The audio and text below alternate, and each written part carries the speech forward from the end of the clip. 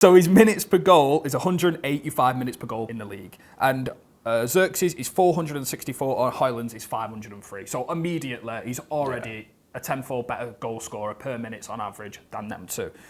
Touches, he actually has more touches than Hojlund by 12, but 3 less than Zirkzee, showing that he gets more involved in the build-up.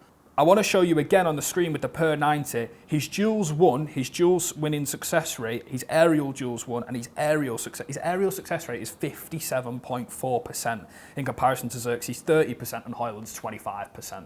So he is a mammoth in terms of his aerial work.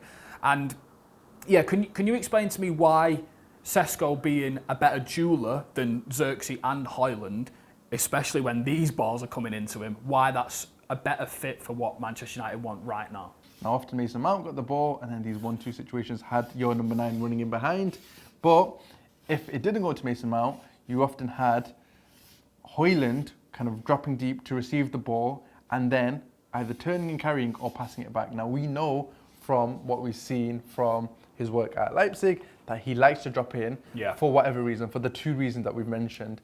Now, in these situations, I think he drops in and turns and carries better than a Hojlund might. Yeah. So that automatically gives you progression up the pitch when you've built up in the same fashion that we've seen Manchester United build up in.